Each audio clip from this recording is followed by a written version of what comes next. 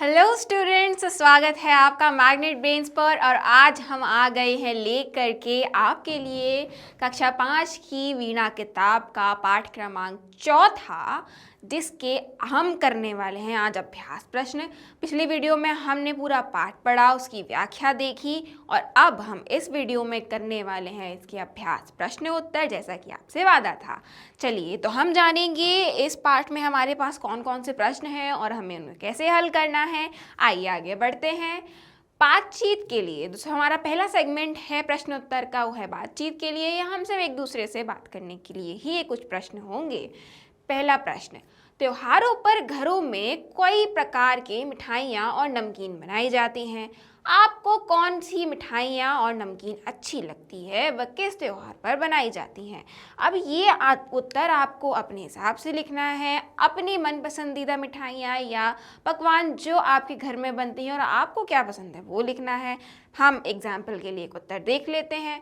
त्योहारों पर घरों में गुजिया, नमक पारे, दही बड़े, खीर आदि व्यंजन बनाए जाते हैं। तो क्या होता है त्योहारों पर कि हमारे घर में बनाए जाते हैं गुजिया, नमक पारे, शक्कर पारे, ऐसी ऐसी छोटी छोटी चीज़ें बनाई जाती हैं जिनको खाने में हमें बहुत अच्छी लगती हैं।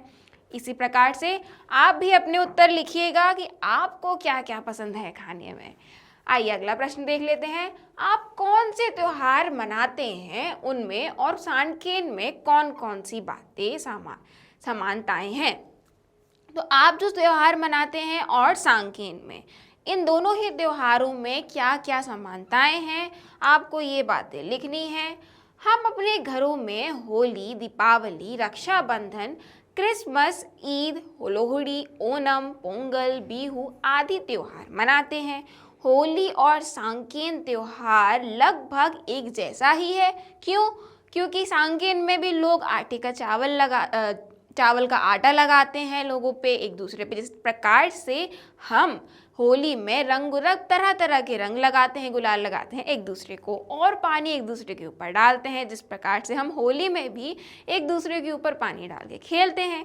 इसी प्रकार से ये समानताएं हैं आपके और सांकेन के त्योहार में। चलिए आगे बढ़ते हैं। हमारे देश में अनेक अवसरों पर शोभा यात्राएं, जुलूस हम उसको कह सकते हैं, निकाली जाती हैं। आपने कौन कौन सी शोभा यात्राएं देखी हैं और उनके बारे में अपने अनुभव बताइए। ये हमने आपको ये बताना होगा कि आपने कौन कौन सी शोभा यात्राएं देखी हैं और आपके उससे अभी अनुभव क्या हैं। तो हम एक उत्तर स्वरूप देख लेते हैं। जगन्नाथ स्वामी की रथ यात्रा, महावीर जयंती पर निकलने वाली शोभा यात्रा, सरहुल त्योहार पर निकलने वाली शोभा यात्रा। ये कुछ निम्नलिखित शोभा यात्राएं हैं जो हमारे देश में होती हैं या निकलती हैं। ये कुछ ही हैं, बाकी आप जितनी जानते हैं आप आसपास लोगों से पता लगाइए या फिर आप अपनी नॉलेज के हिसाब से भी उत्तर लिख सकते हैं। आप देख सकते हैं ये जगन्नाथपुरी की जो रथ यात्रा है, जो बहुत ही ज़्यादा होशोल्लास से मनाई जाती हैं, उसके बारे में हमने यहाँ पे एक तस्वीर भी लगाई है। चलिए हमारा अगला प्रश्न हम देखेंगे। आप नया वर्ष कब और कैसे मनाते हैं? आप न्यू ईयर जो है वो कैसे मनाते हैं और कब मनाते हैं, ये हम उत्तर में देखेंगे। विभिन्न धर्मों, संस्कृतियों एवं राज्यों में नव वर्ष अलग अलग दिन मनाया जाता है। उदाहरण के लिए पहली बात तो हम ये जान लें कि जो हम कैलेंडर के हिसाब से न्यू ईयर मनाते हैं वो 1 जनवरी को हमारा न्यू ईयर होता है, परंतु हमारा जो धर्म है, हमारा जो जिस रिलीजन को हम बिलोंग करते हैं या हम जिस राज्य में रहते हैं, उस प्रकार से भी अलग अलग नववर्ष होते हैं। जैसे कि बैसाखी पंजाबी नववर्ष है। बैसाखी जैसे हमारे यहाँ पे क्या होता है, मकर संक्रांति मनाते हैं या गुड़ शीतल मनाते हैं, गुड़ी पाड़वा मनाते हैं। हम अपने महाराष्ट्र में नवरोज़ मनाते हैं, पारसी नववर्ष होता है ये। उसी प्रकार से अलग अलग राज्यों में अलग अलग त्यौहार मनाए जाते हैं। जैसे बैसाखी पंजाबी नववर्ष है, गुड़ शीतल जो है वो मैथिली नववर्ष है। मैथिली ये कहाँ पड़ जाता है, आपका बिहार साइड पड़ जाता है। गुड़ी पाड़वा जो है वो मराठी नववर्ष है। नवरोज़ जो है वो पारसी नववर्ष है, जो पारसी लोग होते हैं वो मनाते हैं। 1 जनवरी जो है ये अंग्रेज़ी नववर्ष है, ये हमारा यूनिवर्सल नववर्ष है जो हम मनाते हैं। चलिए, अब हम जो प्रश्न हल करने वाले हैं ये होंगे हमारे पाठ से। हमने जो कहानी पढ़ी, जो किस्से हमने पढ़े, उस पर आधारित होने वाला है। तो चलिए एकदम अटेंटिव हो जाइए और मेरे साथ हम इस प्रश्नों को हल करेंगे। चलिए, प्रश्नों के उपयुक्त उत्तर के सामने तारे का चिन्ह बनाइए। तारे का चिन्ह बनाना है आपको इन ऑप्शंस के सामने, जो ऑप्शन सही होगा। सांकेन क्यों मनाया जाता है? क्यों मनाया जाता है हमें रीज़न देखना है। दीपावली पर्व के कारण नहीं, नववर्ष प्रारंभ होने के उपलक्ष्य में, नए मंदिर के उद्घाटन की प्रसन्नता में, बुद्ध पूर्णिमा के अवसर पे। इसका उत्तर क्या है? नववर्ष प्रारंभ होने के उपलक्ष्य में। नववर्ष प्रारंभ होने के उपलक्ष्य में हमने पढ़ा था कहानी में, तो वही इसका उत्तर भी होगा। आगे आते हैं। भगवान बुद्ध का मंदिर कहाँ बना हुआ था? चिकित्सालय के पास, सरोवर के किनारे, नदी के किनारे या समुद्र के किनारे? नदी के किनारे। हमने इसमें पाठ में भी पढ़ा कि नदी के किनारे एक नया मंदिर बनाया गया है, तो ये क्या होगा इसका उत्तर? नदी के किनारे। चलिए आगे बढ़ेंगे। प्रश्न क्रमांक 3, लोग बहुत देर तक एक दूसरे पर पानी डालते रहे क्यों डालते रहे? उन्हें गर्मी लग रही थी? नहीं। वे स्नान कर रहे थे? ये भी नहीं। वे गंदे हो गए थे? ये भी नहीं। वे सांकेन मना रहे थे? यस, वो सांकेन का त्यौहार मना रहे थे, इसलिए एक दूसरे के ऊपर पानी फेंक रहे थे। चलिए आगे पढ़ेंगे और यहाँ जानेंगे। प्रश्न क्रमांक 4 क्या कहता है? यहाँ के लोगों के मुखों पर सदैव मुस्कान बनी रहती है। इस वाक्य का क्या अर्थ है? इस वाक्य से क्या अर्थ निकलता है कि यहाँ के लोगों के मुख पर हमेशा मुस्कान बनी रहती है? यहाँ के लोग सदैव प्रसन्न रहते हैं। यहाँ के लोग सदैव प्रसन्न रहने का अभिनय करते हैं, मतलब नाटक करते हैं। यहाँ के लोगों को खेलना कूदना अच्छा लगता है, या यहाँ के लोगों को नाचना गाना अच्छा लगता है? तो इसका उत्तर हम देखेंगे। यहाँ के लोग सदैव प्रसन्न रहने का अभिनय करते हैं और वह प्रसन्न रहते भी हैं, क्योंकि हंसने मुस्कुराने से, खुश रहने की वजह से हम अगर उसका अभिनय करेंगे, हम खुश रहेंगे, तो हमें प्रतीत भी होगा कि हम खुश हैं। हमारे जीवन में परेशानियां तो बहुत है, आपने देखा होगा अपने पेरेंट्स को भी और भी लोगों को कि परेशानी तो बहुत है, परंतु जो व्यक्ति कोशिश करता है प्रसन्न रहने की, वही प्रसन्न रह पाता है। तो इस प्रकार हम पढ़ते हैं आगे और हम देख लेते हैं कुछ निम्नलिखित प्रश्नों के उत्तर अपनी लेखन पुस्तिका में लिखने के लिए। तो पहला प्रश्न है, सांकेन का त्योहार मनाते समय वल्लरी को होली की याद क्यों आई? क्यों आई वल्लरी को होली की याद? क्योंकि उत्तर है, सांकेन का त्योहार मनाते समय वल्लरी को होली की याद इसलिए आई क्योंकि इस त्योहार में भी होली की तरह लोग एक दूसरे पर पानी फेंक रहे थे। तो ये हो गया हमारा उत्तर हमारे पहले प्रश्न का। हमारा अगला प्रश्न है, वल्लरी को चौखाम और दिल्ली में क्या क्या अंतर लगा? अभी थोड़ा सोचिए, क्योंकि ये चीज़ हमारे पाठ में भी दी गई है, तो डायरेक्टली हमें वहीं से इसका रेफरेंस लेना है और लिखना है। वल्लरी को दिल्ली और चौखाम में सबसे बड़ा अंतर लगा कि दिल्ली में भीड़ भरी सड़कें हैं, वहाँ पे इतनी भीड़ होती है कि लोग चल भी नहीं पाते हैं सही से। हॉर्न बजाती हुई कारें और बसें, लोगों की लंबी लंबी कतारें थी। वहीं चौखाम में खुला व शांत, एकदम ओपोजिट, खुला व शांत वातावरण था। यहाँ दिल्ली की अपेक्षा अधिक हरियाली थी। इन कंपैरिजन टू दिल्ली बहुत ज़्यादा हरियाली है, दिल्ली में तो कुछ भी नहीं है, ऐसा वो ये कह रही है। तो उत्तर हमारा ये हो गया। चलिए अब हम आगे बढ़ेंगे हमारे अगले प्रश्न के साथ, जो कहता है, मंदिर की सजावट कैसे की गई थी? उत्तर में हम लिखेंगे कि मंदिर की जो जालीदार दीवारें बांस की खपच्चियों से बनी हुई थी। बांस से एक बांस को दूसरे बांस से फंसा कर ये जो मंदिर की दीवारें बनी हुई थी, उनके बीच बीच में पेड़ों की हरी भरी टहनियाँ लगाई गई थी। उसके बीच में सजावट के तौर पर पेड़ों की टहनियाँ लगाई गई थी। टहनियों पर खोस कर रंग बिरंगे फूल सजाए गए थे, फूल भी लगाए गए थे। मंदिर बहुत ही सादा व सुंदर था। ये हमने पाठ से ये उत्तर ले लिया। हमें इसीलिए पाठ पढ़ना बहुत ज़रूरी है। तो हमारा ये उत्तर यहाँ से बन गया। चलिए हम आएंगे अपने अगले प्रश्न पर, जो आपसे कहता है, आपसे पूछता है कि आपको कौन कौन आशीर्वाद देते हैं, वे क्या आशीर्वाद देते हैं। आपको ये बताना है कि आपको कौन कौन आशीर्वाद देता है। जिस प्रकार से कहानी में अब आशीर्वाद कौन देता है, आप उनके रिश्तेदार देते हैं, वल्लरी के या फिर चाउतान के, और उसके बाद बौद्ध भिक्षु आपको आशीर्वाद देते हैं, उस प्रकार से आपका पर्सनली आपको कौन कौन आशीर्वाद देता है।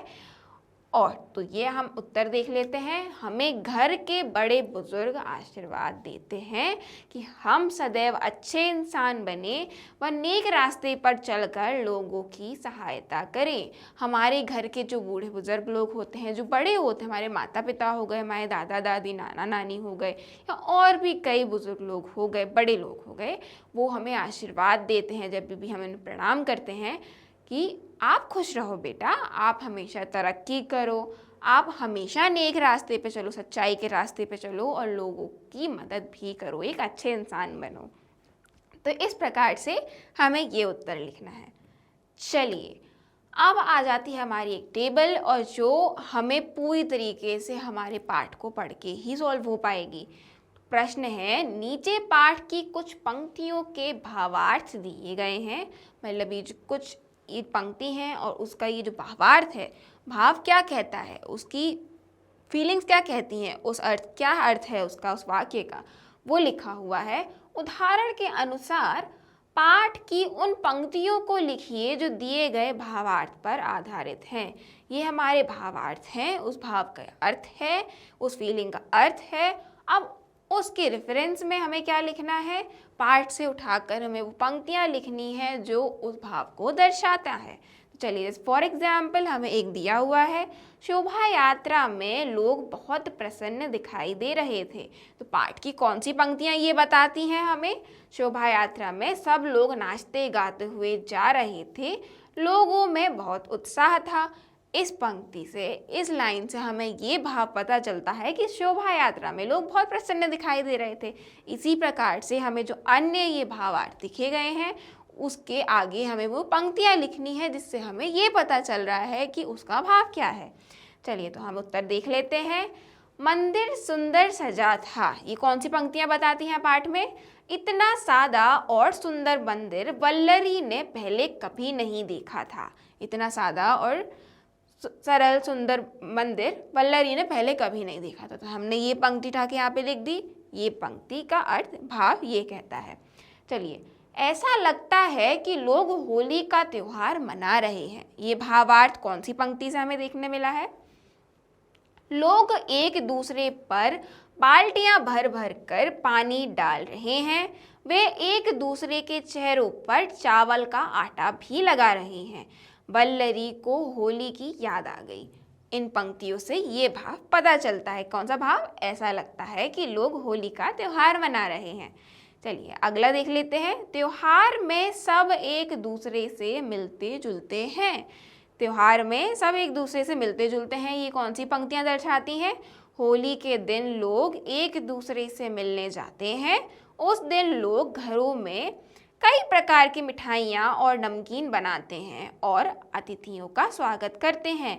इन पंक्तियों से, पाठ में इन पंक्तियों से हमें इस भाव अर्थ का ये मिलता है, ये उत्तर मिलता है। तो हमने ये क्या बहुत अच्छी तरीके से सॉल्व कर लिया। अगर आपने कहानी अच्छे से पढ़ी है तो आप एकदम तुरंत इसको सॉल्व कर लेंगे। चलिए आगे बढ़ेंगे हम अब अपने अगले प्रश्न से। अब हम करने जा रहे हैं भाषा की बात। हम हर बार क्या करते हैं, एक भाषा की बात का सेगमेंट आता है हमारे लिए, जहाँ पर हम थोड़ी थोड़ी व्याकरण की बात करते हैं, हम हिंदी भाषा की बात करते हैं, हम और पाठ से अलग हटकर जाते हैं। चलिए तो प्रश्न हमारा कुछ इस प्रकार है। नीचे दिए गए वाक्यों में रेखांकित शब्दों के समानार्थी मतलब सिमिलर वर्ड्स जो होते हैं, जिनका मतलब एक ही होता है लेकिन उसकी जगह हम कोई दूसरा शब्द भी प्रयोग कर सकते हैं। शब्दों का प्रयोग करते हुए अपनी लेखन पुस्तिका में वाक्यों को पुनः लिखिए। जैसे कि हमारे पास ये एक वाक्य है, हम देख लेते हैं। एक दिन वल्लरी को उसके मित्र चाउतान ने अपने घर बुलाया। और हमें यहाँ पे क्या करना है, जिस शब्द के नीचे हमें ये अंडरलाइन दिख रहा है इसका हमें सिमिलर वर्ड लिखना है, इसका समानार्थी वर्ड लिखना है। हम मित्र को और क्या बोलते हैं, हम दोस्त बोलते हैं, हम सखा बोलते हैं। इसी प्रकार से हम इसके उत्तर स्वरूप क्या लिखेंगे, एक दिन वल्लरी को उसके दोस्त, हमने मित्र की जगह क्या लिखा, दोस्त, चाउतान ने अपने, यहाँ घर की जगह हमने क्या लिखा, आवाज़, हमने क्या लिखा, आवाज़। घर को हम आवाज़ भी कहते हैं। तो इस प्रकार से हमें ये प्रश्न हल करने हैं। ये करके मज़ा बड़ा आने वाला है क्योंकि आप जानने वाले हैं और भी समानार्थी शब्द, जिससे आपकी जो भाषा है, जो आपकी वोकैबुलरी है, वो बहुत अच्छी इन्हांस होने वाली है। चलिए हम अगला देखेंगे। हमारे गांव के लोगों ने नदी के किनारे एक मंदिर बनाया है। हम इसका उत्तर क्या देखेंगे अब, हमारे गांव के लोगों ने सरिता, हम नदी को सरता भी कहते हैं, सरिता के किनारे को हम क्या कहते हैं, तट भी कहते हैं, तट पर एक मंदिर बनाया है। तो हमने ये प्रश्न कितने अच्छी तरीके से हल कर लिया। तो इसी प्रकार अब हम आगे भी बढ़ेंगे। बीच बीच में पेड़ों की हरी भरी टहनियाँ सजाई गई थी। अब इसका उत्तर क्या होगा, बीच बीच में पेड़ों की जगह क्या लिख सकते हैं हम, वृक्ष। हम पेड़ को और क्या कह सकते हैं, वृक्ष की हरी भरी जो टहनियाँ हैं, टहनियों को शाखाएं भी कहते हैं, शाखाएं सजाई गई थी। ये हमारा उत्तर हो जाएगा। अगला देखेंगे। आज हमारे यहाँ सांकेन का त्योहार है। अब हम त्योहार को और क्या बोल सकते हैं, हम ये उत्तर में देखेंगे। आज हमारे यहाँ सांकेन का उत्सव है। हम क्या लिखेंगे, उत्सव है। त्योहार को हम क्या बोलते हैं, उत्सव भी कहते हैं। इसी प्रकार से अब हम आगे बढ़ेंगे। अब चलिए, अब हमारा आ गया है प्रश्न क्रमांक 2। हमने पहले जान लिया कि हम सिमिलर वर्ड्स किस तरीके से यूज़ करेंगे। घर की जगह हमने कुछ और यूज़ किया, दोस्त यूज़ किया, मित्र की जगह दोस्त यूज़ किया। इसी प्रकार से आपको ये प्रश्न हल करने हैं। हमने हल कर ही लिए हैं लगभग, लेकिन इससे आपको क्या असाइनमेंट मिलता है कि आपको जो है हर शब्द के कुछ और समानार्थी शब्द आने चाहिए, ताकि आप उन्हें अपने एग्ज़ाम में अच्छी तरीके से लिख सकें, आपको याद होने चाहिए। तो ये चीज़ कैसे आएगी, ये प्रैक्टिस से आएगी और पढ़ने से आएगी। हमारा अगला प्रश्न है, भाषा की बात से ही है। दिए गए उदाहरण को समझकर वाक्यों को पूरा कीजिए। ये हमारे कुछ उदाहरण हैं, हमें ये वाक्य पूरे करने हैं। देखते हैं आखिर क्या है इसमें। जहाँ देखो हरियाली ही हरियाली और फूल ही फूल। हम इसमें एक पैटर्न देख रहे हैं। क्या देख रहे हैं, हरियाली ही हरियाली, हरियाली ही हरियाली, मतलब हरियाली के बाद फिर से हमने हरियाली को यूज़ किया। फूल ही फूल, एक जोर दिया है हमने इस बात पे कि फूल ही फूल, सिर्फ फूल नहीं, फूल ही फूल मतलब बहुत सारे फूल। तो इसी प्रकार से हमें ये सारे ऑप्शंस भी फिल करने हैं, जितने भी ये हमारे पास वाक्य दिए गए हैं, हमें ये डैश दिया गया है। इसी प्रकार हमें इसको हल करना है। तो देखेंगे, मैं समुद्र के किनारे गई, जहाँ देखो डैश पानी। क्या होगा इससे पहले, बहुत आसान है, पानी ही पानी। क्या होगा, पानी ही पानी, क्योंकि यहाँ पे दिया हुआ है पानी और हमने क्या पैटर्न देखा है, फूल ही फूल, हरियाली ही हरियाली। तो ये जो शब्द है उसके पीछे क्या है, हरियाली ही हरियाली। उसी प्रकार से पानी के पीछे क्या आएगा, पानी ही पानी। हमारा अगला है ग ऑप्शन देखेंगे। मेरा गांव केरल में है, जहाँ देखो नारियल के पेड़ ही पेड़। पेड़ के आगे क्या लिखना है हमें, पेड़ ही पेड़ लिखना है। मुंबई में जिधर देखो भीड़ ही भीड़, वहाँ पे क्या है, भीड़ ही भीड़। अब अगला है हमारा डैश की दुकान में, जहाँ देखो क्या है, हलवाई की दुकान में, जहाँ देखो मिठाई ही मिठाई। अब हम कुछ भी लिख सकते हैं इसके यहाँ पे कि हलवाई ज़रूरी नहीं है हलवाई ही हो, आप जानेंगे कि आपको क्या लिखना है इसमें। हमने लिख दिया है हलवाई की दुकान पर जहाँ देखो मिठाई ही मिठाई। या फिर हम ये भी लिख सकते हैं कपड़े वाले की दुकान पे जहाँ देखो कपड़े ही कपड़े, ये भी लिख सकते हैं। कि किताबों की दुकान पे किताबें ही किताब। तो बस इसी प्रकार से हमें ये हल करना था और हमने इसको बहुत अच्छी तरीके से हल कर भी लिया है। तो बच्चों, अब मैं आपसे उम्मीद करती हूँ कि आपको ये चीज़ समझ तो ज़रूर आ गई होगी। आगे अगला प्रश्न देखेंगे। रेखांकित शब्दों के वचन बदल कर, वचन बदलने हैं हमको। वचन मतलब अगर ये सिंगुलर है तो इसको प्लूरल करना है, और अगर ये प्लूरल है तो इसको सिंगुलर उसमें करना है। मतलब ये वचन होता है, हम सिंगुलर प्लूरल की बात कर रहे हैं। बदल कर वाक्य पूरा कीजिए। तो हाँ, एक एग्जाम्पल देख लेते हैं, उसके बाद हम आगे के प्रश्न सॉल्व करेंगे। शोभा यात्रा में बड़ी मूर्ति की पालकी, यहाँ पालकी जो भी अंडरलाइन वर्ड है, हमें इसका वाक्य चेंज करना है, इसका वचन चेंज करना है। तो सबसे पीछे थी और छोटी मूर्तियों की पालकियां आगे थी। क्या हो गया? पालकियां। पालकी का प्लूरल क्या होगा? पालकियां।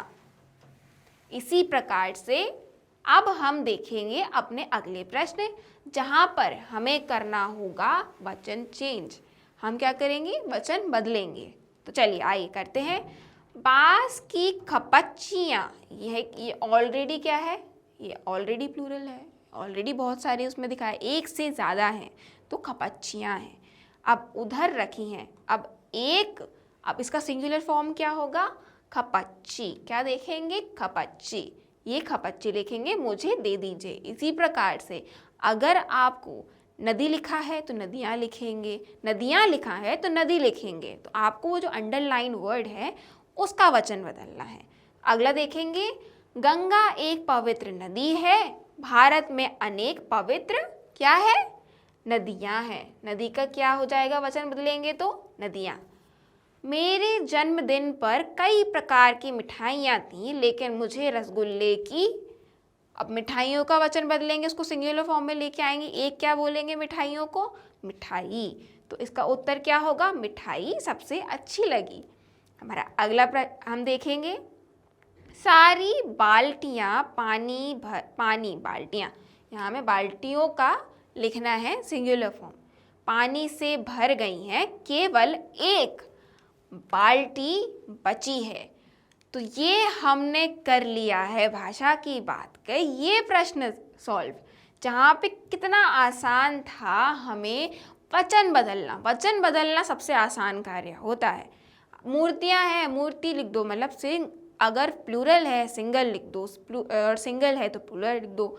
इसी प्रकार से आपको आपके एग्ज़ाम में भी यही कुछ प्रश्न पूछने वाले हैं, और इसी प्रकार से आपको वहाँ पे भी ऐसे ही उत्तर लिखने हैं। आपको वचन आने चाहिए, हमें सिमिलर वर्ड्स आने चाहिए, और किस तरीके से हमें कहाँ पे क्या लिखना है ये भी आना चाहिए। हमें अपनी प्रेजेंस ऑफ माइंड बढ़ानी होगी, और ये कैसे आएगा? जैसा कि हमेशा कहती हूँ, ये आएगा प्रैक्टिस से। चलिए आगे बढ़ते हैं प्रश्न क्रमांक 4 से, वो भी भाषा की बात से ही है। तो अब हम जानेंगे प्रश्न क्रमांक 4 हमसे क्या कहता है।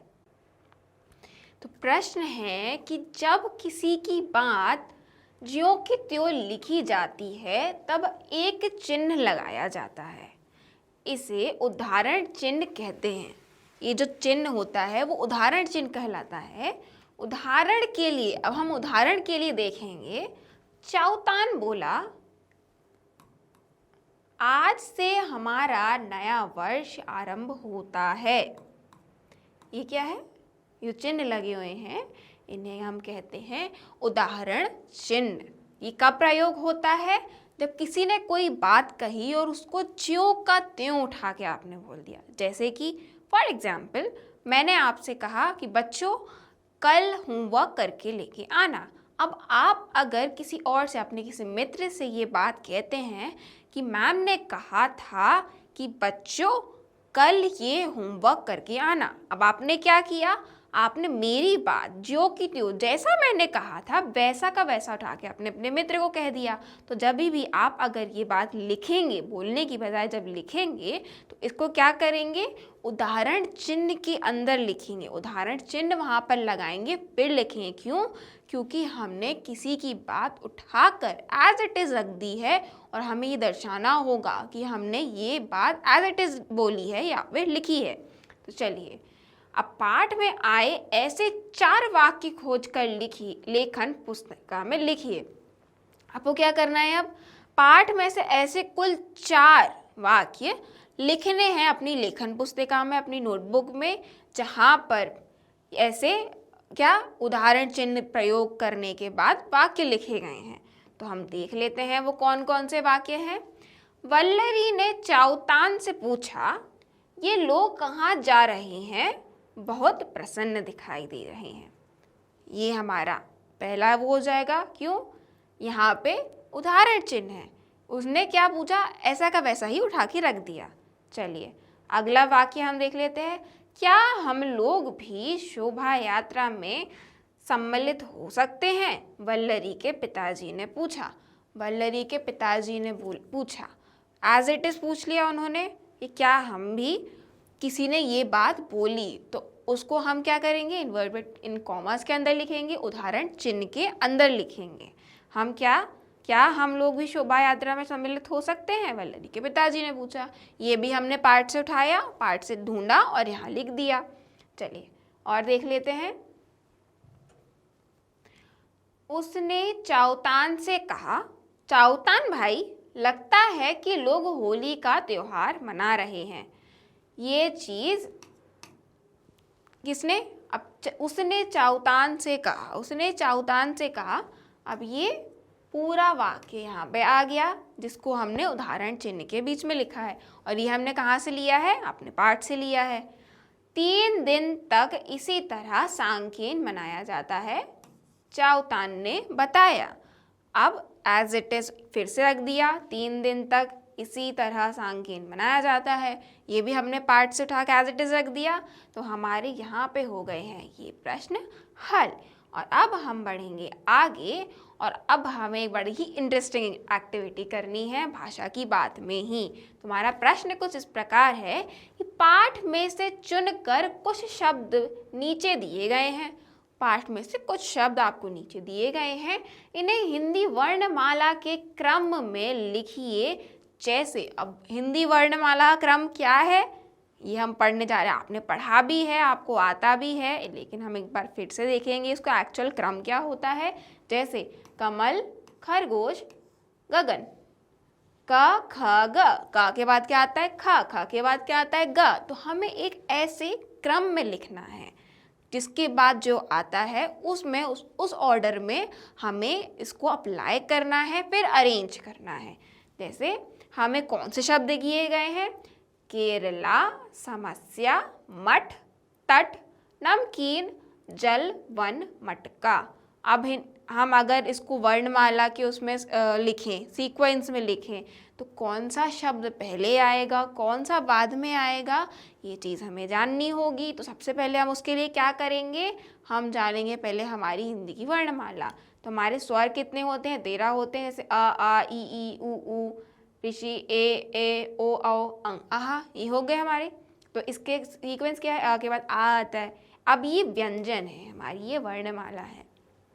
क के बाद आता है ख, ग, घ, य, फिर च, छ, ज, झ, झ, फिर य, ड, ठ। तो इसी प्रकार से ये हम पूरी पढ़ेंगे। त, थ, द, ध, न, प, फ, ब, भ, म, य, र, ल, व, श, स, ह।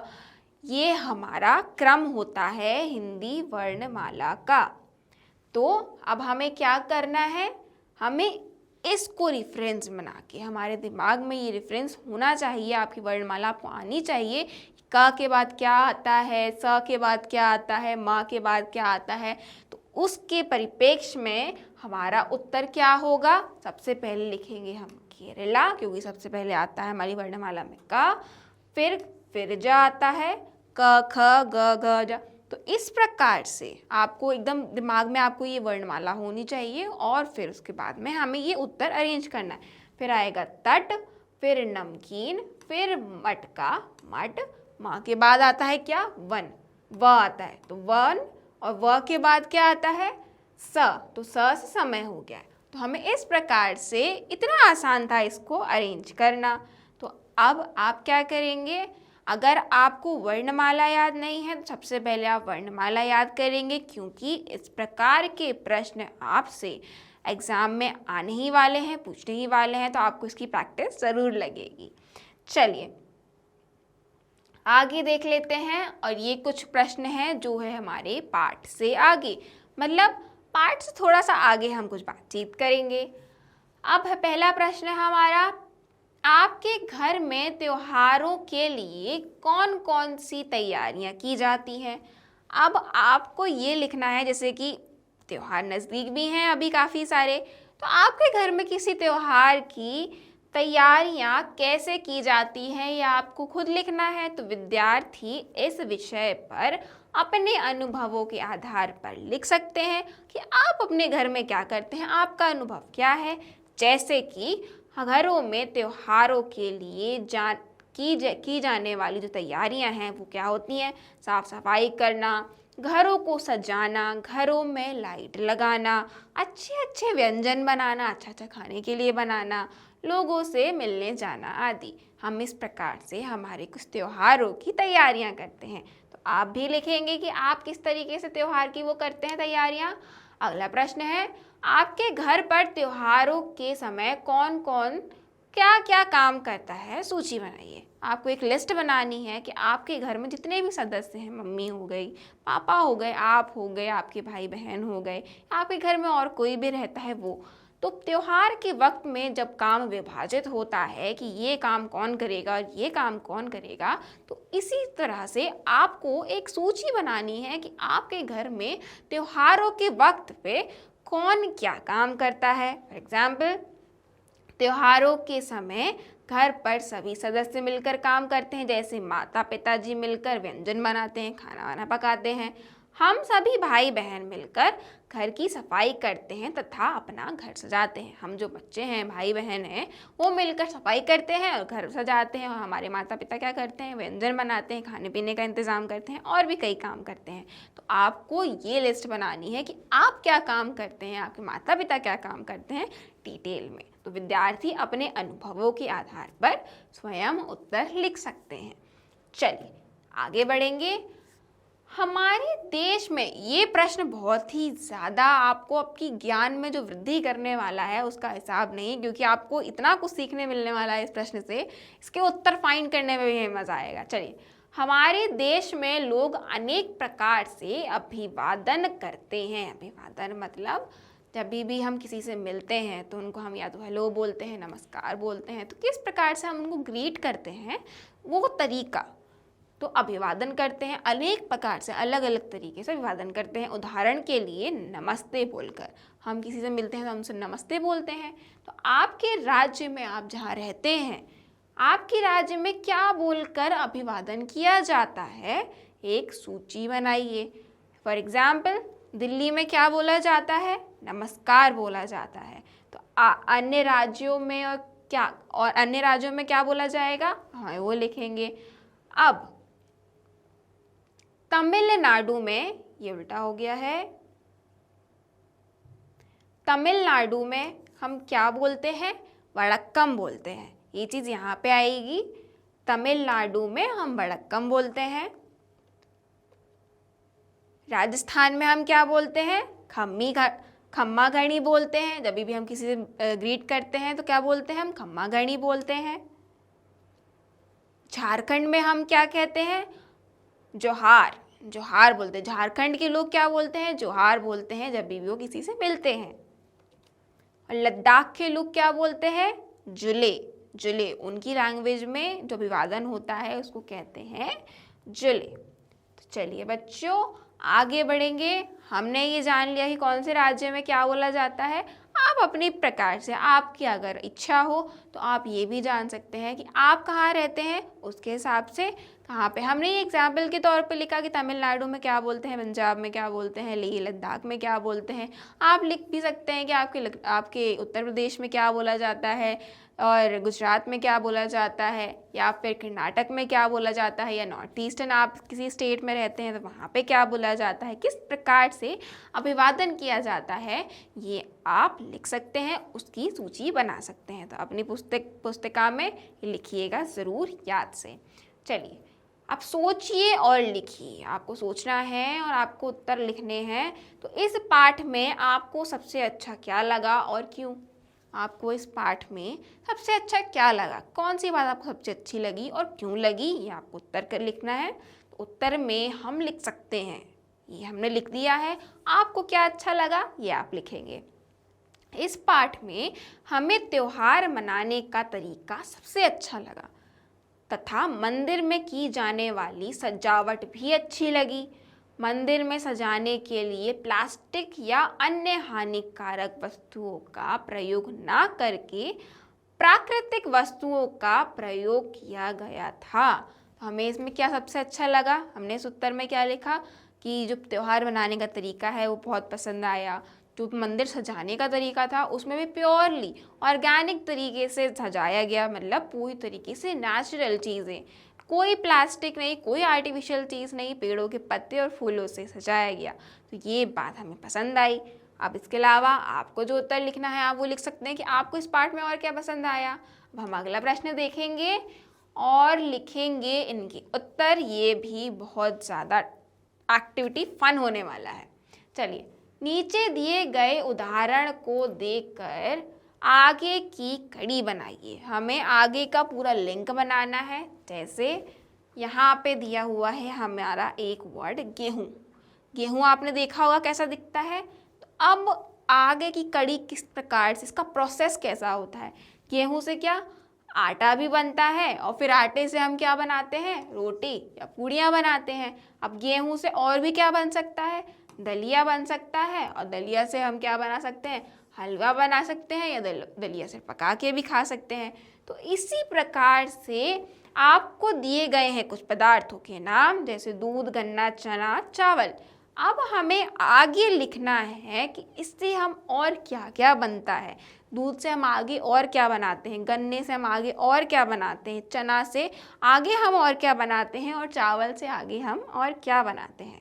चलिए तो बन गया है हमारा टेबल और हम जानेंगे कि दूध से हम आगे चल के बना सकते हैं पनीर।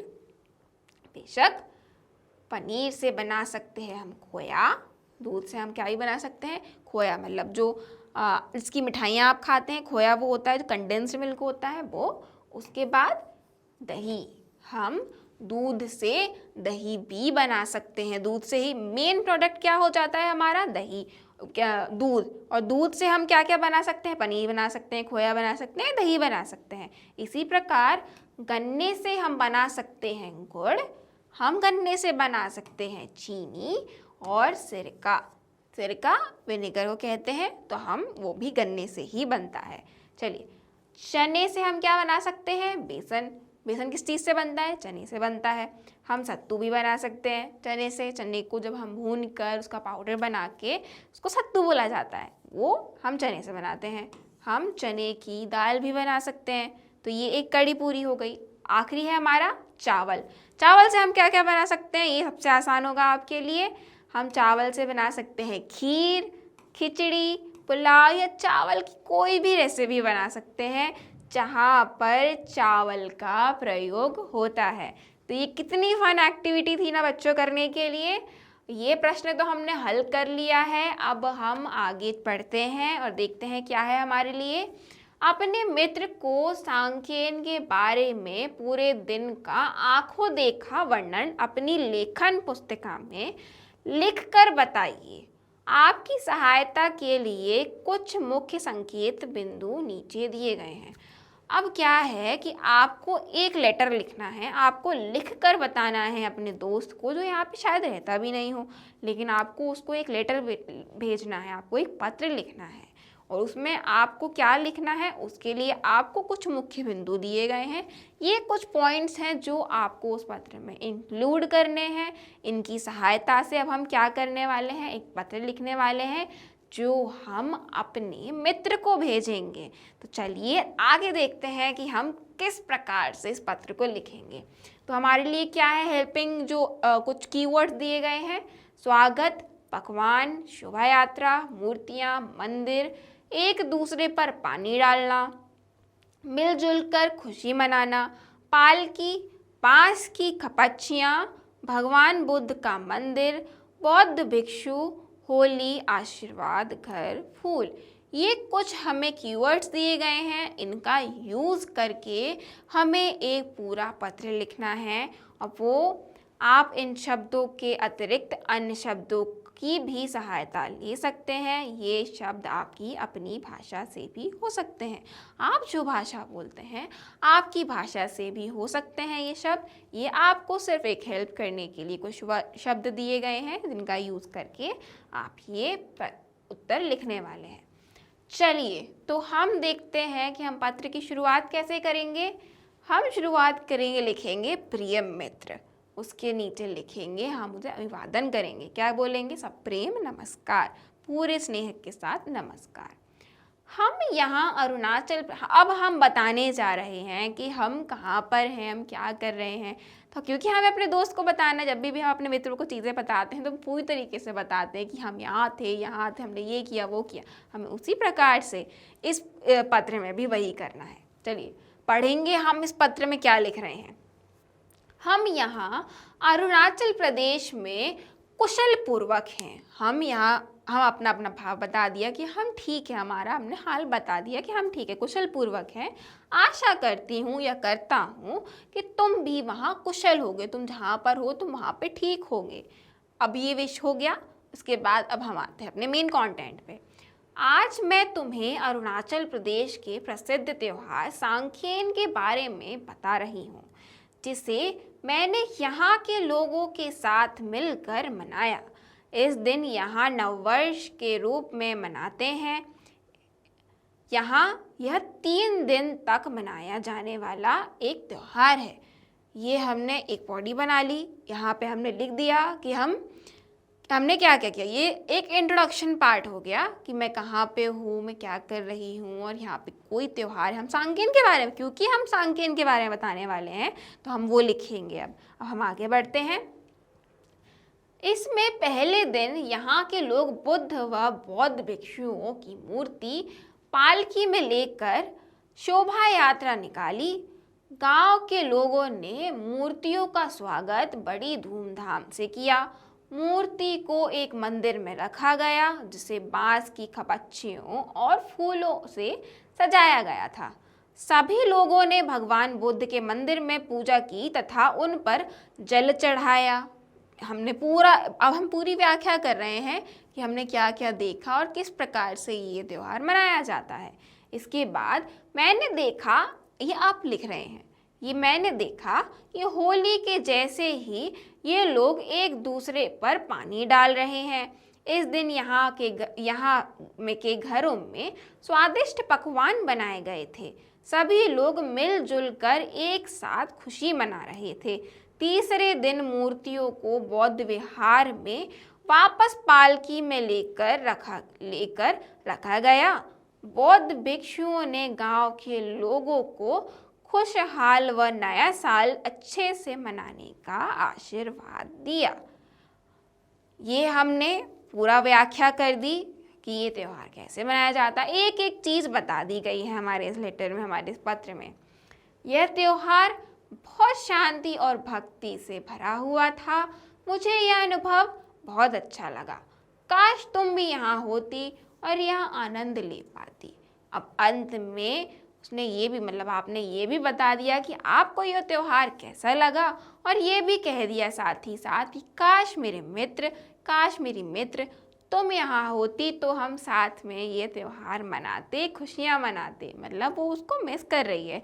क्योंकि हम ये पत्र लिख रहे हैं अपने मित्र को, तो हमें ये लिखना भी पड़ेगा, क्योंकि आप भी अपने दोस्तों को मिस करते हैं, याद करते हैं, तो इसी प्रकार से कुछ बातें करते हैं।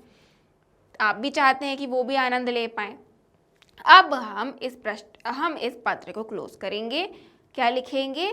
तुम्हारी सखी वल्लरी।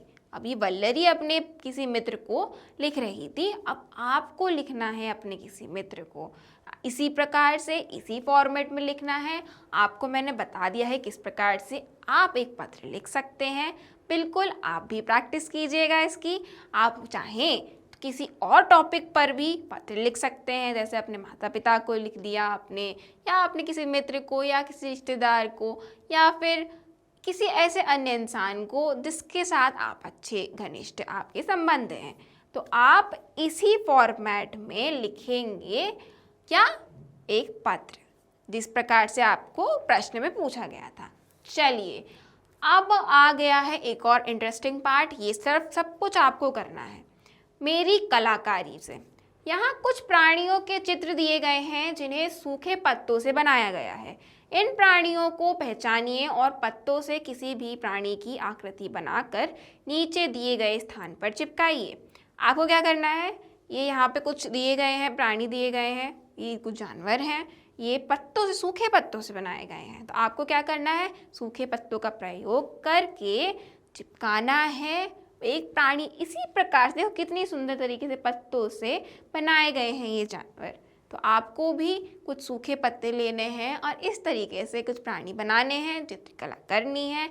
बहुत ही ज़्यादा क्रिएटिव काम है, ये करने में आपको बड़ा मज़ा आने वाला है। चलिए, अब हम पुस्तकालय से देखेंगे, कुछ सोर्सेस से जानेंगे हमें क्या करना है आखिर इसमें।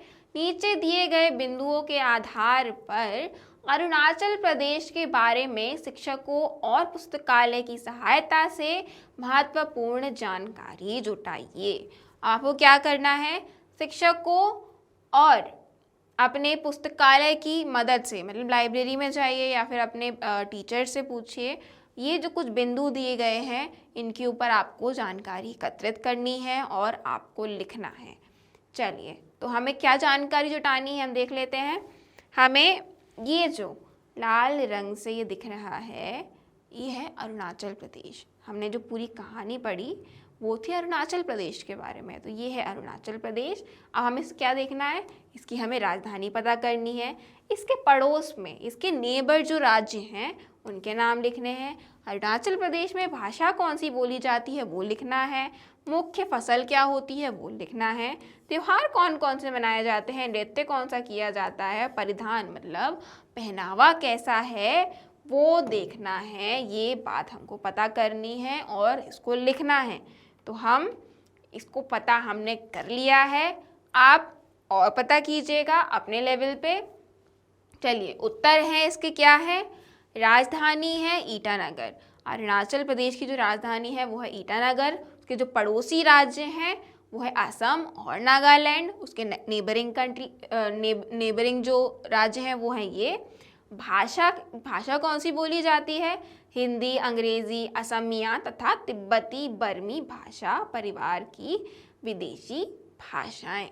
यहाँ पे क्या क्या भाषाएं बोली जाती हैं? हिंदी भी बोली जाती है, अंग्रेजी भी बोली जाती है, असमिया जो असम है वहाँ से थोड़ा सा टच वहाँ आ जाता है, तिब्बती बर्मी, तिब्बती और जो बर्मीज़ जो कंट्री हैं वहाँ का भी थोड़ा सा जो परिवार है, वहाँ का जो भाषा परिवार है उस भाषा के जो डायलेक्ट्स हैं वो भी यहाँ बोले जाते हैं। मुख्य फसल क्या है? यहाँ पे मेन क्रॉप क्या है, क्या बोया जाता है? मैक्सिमम चावल। त्योहार क्या है? लोसर है, सोंगुल है, सांकेन है, ड्री आदि। हमने सांकेन के बारे में पढ़ा, आप लोसर और सोंगुल के बारे में भी पता लगाइएगा। चलिए, यहाँ पे नृत्य कौन कौन सा, यहाँ पे डांस कौन कौन सा किया जाता है? अजी कामू नाम का एक डांस फॉर्म होता है जो यहाँ किया जाता है। पोनुंग करके एक डांस होता है, ये भी किया जाता है। चालो आदि, ये भी एक प्रकार का डांस होता है जो यहाँ पे किया जाता है। चलिए, परिधान यहाँ पे क्या क्या पहना जाता है, मतलब इनका कॉस्ट्यूम क्या होता है? गैले, पहकन, लुम्बलिंग, ओंगान, ये जो है यहाँ के पहनावे हैं। और हमने ये देख लिया कि ये क्या है? अब आप ये पता कीजिएगा कि दिखते कैसे हैं, इनकी तस्वीरें देखिएगा, तब आपको क्लैरिटी आएगी कि दिखते कैसे हैं, बनाए कैसे जाते हैं। तो आप इसको इन डेप्थ और पढ़ाई कीजिए और जानिए, क्योंकि ज्ञान में वृद्धि होगी और आपकी नॉलेज भी इंक्रीज होगी। तो बूझो पहेली एक आखिरी सेक्शन है हमारा, हम ये इसको देखेंगे क्या है। तो ज्योति को उसके जन्मदिन पर मिठाई बनाने के लिए उसकी माताजी ने दूध वाले भैया के पास 5 लीटर दूध लेने भेजा। दूध वाले भैया के पास दूध को मापने के 2 ही बर्तन थे, एक 4 लीटर का और दूसरा 3 लीटर का। दूध वाला कभी इस बर्तन में, कभी उस बर्तन में और कभी पतीले में दूध डाल रहा था। ज्योति ध्यानपूर्वक यह सब देख रही थी। उसे उत्सुकता भी थी कि आखिर वह 5 लीटर दूध कैसे दे सकेगा। उसको ये कंफ्यूजन था, ये एक 4 लीटर का है और एक 3 लीटर का बर्तन है, तो ये 5 लीटर दूध कैसे देगा मुझे। दूध वाले भैया ने उसे 5 लीटर दूध दे दिया, जिसे लेकर वह घर आ गई। शाम को जन्मदिन के उत्सव पर उसने मित्रों को यह रोचक बात बताई और उसने पूछा कि बताओ, दूध वाले ने उसे 5 लीटर दूध कैसे दिया होगा। अब आप बताइए कि ज्योति ने अपने मित्र को उत्तर में क्या बताया होगा। अब आपको ये दिमाग लगाना है किस प्रकार 5 लीटर दूध पहुंचा होगा ज्योति के पास और ज्योति ने अपने मित्रों को कैसे बताया होगा। तो हम उत्तर देख लेते हैं। दूध वाला 3 लीटर दूध मापकर पतीले में डालेगा, ठीक। फिर 4 लीटर मापने के बर्तन से 3 लीटर मापने के बर्तन में दूध डालेगा। 4 वाले में से फिर 3 में डालेगा। इस स्थिति में 1 लीटर दूध बचेगा। अब यहाँ पे क्या होगा, 1 लीटर दूध बच जाएगा, जिसे वह पतीले में डालेगा। दूध वाला यह प्रक्रिया फिर से करेगा तथा इस बार भी बचा 1 लीटर दूध पतीले में डालेगा। इस प्रकार दूध वाला 5 लीटर दूध पतीले में पूरा कर देगा। आपका उत्तर अलग भी हो सकता है, मतलब आपने क्या समझा ये भी अलग हो सकता है कि आप 5 लीटर ना ले रहे हो या फिर 3 लीटर ले रहे हो, 2 लीटर ले रहे हो। तो किस प्रकार से आपने देखा होगा कि दूध वाले भैया इसी प्रकार से तोल मोल करते हैं। अगर 4 लीटर 3 लीटर वाला उनके पास जो तोलने वाले जो होते हैं, मापने होते हैं, जो यूटेंसिल होते हैं, उस तरीके से वो कैसे करते हैं। तो आप किस प्रकार से अपने मित्रों को बताएंगे ये भी लिखिएगा। चलिए, अब आपके लिए इस पाठ में है एक छोटी सी अंत में कविता, वो है होली आई होली आई। तो अब हम इस कविता को पढ़ेंगे और आप अब करेंगे इस पाठ को। चलिए, क्या कहती है ये कविता हमसे। होली आई होली आई होली आई होली आई। कितने प्रसन्न दिख रहे हैं। देखो देखो तो रह कर करा लाई, खेतों में लाई है सोना, चमक उठा उनका हर कोना। सरसों फूली गेहूं लहलका, अमराई का आंगन महका, हवा नई होकर लहराई, होली आई होली आई। कोरल कुहली गूंजे भौरे, कोयल है कुहरी कोकी, मतलब जो कोयल है वो कुहू कुहू कह रही है, वो बोल रही है, चहक रही है। जो भौरे हैं वो गूंज रहे हैं। झूमे पचकने कौरे, फूल गिरे टेसू जंगल में जो फूल हैं वो गिरे। क्या होली का समय का ये पूरा वर्णन ये चल रहा है कि जो होली का समय है वो किस प्रकार होता है। जो वसंत की ऋतु होती है, एक उस ऋतु में आता है ये त्यौहार। तो उस ऋतु में क्या क्या चीज़ें होती हैं, चिड़िया चहचहा रही है, जो गूंज रहे हैं भौरे हैं, और जो झूमे पचकने कौरे, ये इस तरीके से इसको वर्णन किया जा रहा है। फूल गिरे टेसू जंगल में। अब क्योंकि क्या होता है कि फूल भी गिरते हैं उस वक्त, काफ़ी सारे आपने देखा होगा। स्प्रिंग का एक मौसम है। बग गई दुपनारा मंगल में, बग गई दुपनरा मंगल में। सूरज चंदा सब सुखदाई, होली आई, इस आंगन में मंजीरे खनके, उस आंगन में नुपुर रनके, ढोलक बजे राह राह में, बालक बूढ़े सब उछाह में, गली गली में फागे गाएं। फाग एक तरीके से गाना होता है, गाना गाया जाता है होली के उपलक्ष्य में। होली आई, जली होप लगा, जब होलिका जो होती है उसको होप लगा कहा गया है। चौराहों पर लोग मिल रहे हैं राहों पर, जहाँ देखो वहीं परार है, रंग और रस की बहार है। रंग, इतनी खुशियाँ हैं, इतने रंग हैं, उसी की बहार आपको नजर आती है। नाचो गाओ झूमो भाई, होली आई। भवानी प्रसाद मिश्र जी की ये कविता है और इसकी हम देखेंगे व्याख्या। यहाँ पे हमें इस कविता में क्या बताया गया, होली का त्यौहार आया है और लोग किस प्रकार प्रसन्नता से त्यौहार मना रहे हैं, वो किस मौसम में आया है, उस मौसम का वर्णन किया गया है। तो आइए हम देख लेते हैं इसकी छोटी सी व्याख्या। कविता में बताया गया है कि होली का त्यौहार आ गया है, खेतों में सोना सा चमक रहा है। सोना सा चमक रहा है, जब भी मस्टर्ड जो होती है, जो सरसों होती है, वो फूल आती है होली के आसपास, तो वो सोने जैसे चमकती, क्योंकि वो पीला फूल होता है उसका। सरसों और गेहूं फूल रहे हैं, सरसों और गेहूं का फूल है वो फूल रहे हैं। आंगन खुशबू से भर गया है, लोग ढोलक धमाके बजा रहे हैं, गा रहे हैं, नाच रहे हैं और सबके चेहरे पर खुशी है। रंग और रस की बौछार हो रही है, हर जगह होली खेलने का मज़ा है। तो स्टूडेंट्स, हमने व्याख्या भी देख ली होली आई की।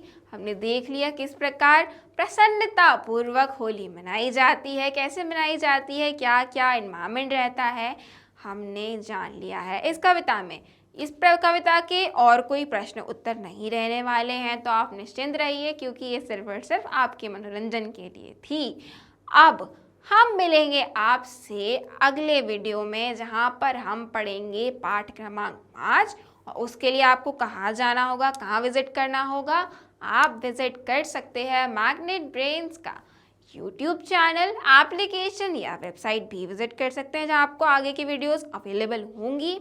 मैग्नेट ब्रेन्स आपको प्रोवाइड करता है 100% free of cost high quality education, no compromise in that. और आपको ये कुछ टॉप कोर्सेज हैं जो लिस्टेड हैं, हिंदी और इंग्लिश दोनों ही मीडियम्स में अवेलेबल हैं, सिर्फ और सिर्फ मैग्नेट ब्रेन्स पे। अगर आपको ई नोट्स और ई बुक्स के लिंक्स चाहिए हो तो वो आपको डिस्क्रिप्शन बॉक्स में मिल जाएंगे, तो बिल्कुल चिंता करने की ज़रूरत नहीं है। इस वीडियो को लाइक करना, शेयर करना, सब्सक्राइब करना बिल्कुल मत भूलिएगा, क्योंकि अगर आपको नोटिफिकेशन नहीं मिली तो आप आगे के वीडियोस कैसे देखेंगे या कैसे अपडेटेड रहेंगे। सो स्टूडेंट्स, आज के लिए बस इतना ही। मिलते हैं आपसे अगली वीडियो में, तब तक के लिए अपना ख्याल रखिए, पढ़ते रहिए, खुश रहिए। Thank you for watching.